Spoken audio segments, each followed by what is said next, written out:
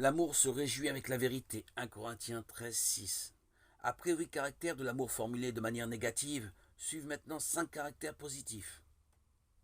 De la même manière que les amis et les voisins se réjouissent quand la brebis et la drachme perdus sont retrouvés, Luc 15, 6, 9, et que l'apôtre Paul se réjouissait avec les Philippiens 2, 17, l'amour se réjouit avec la vérité.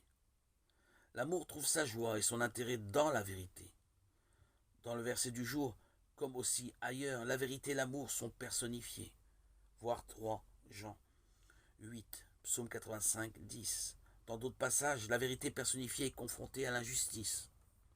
Romains 2, 8, 2 Thessaloniciens 2, 12. La vérité divine est le fondement de toute sainteté, de tout bien. L'amour de Dieu dans les siens se réjouit avec la vérité, parce qu'il a sa joie en Dieu qui est lumière. 1 Jean 1, 5. L'amour naturel est souvent aveugle. L'amour divin ne l'est jamais.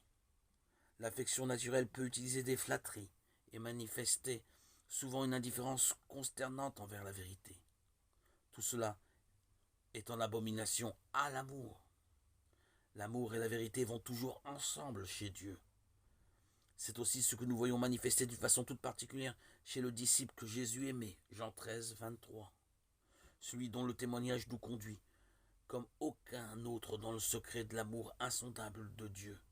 Il peut dire « Je n'ai pas de plus grande joie que d'entendre dire que mes enfants marchent dans la vérité. » 3 Jean 4.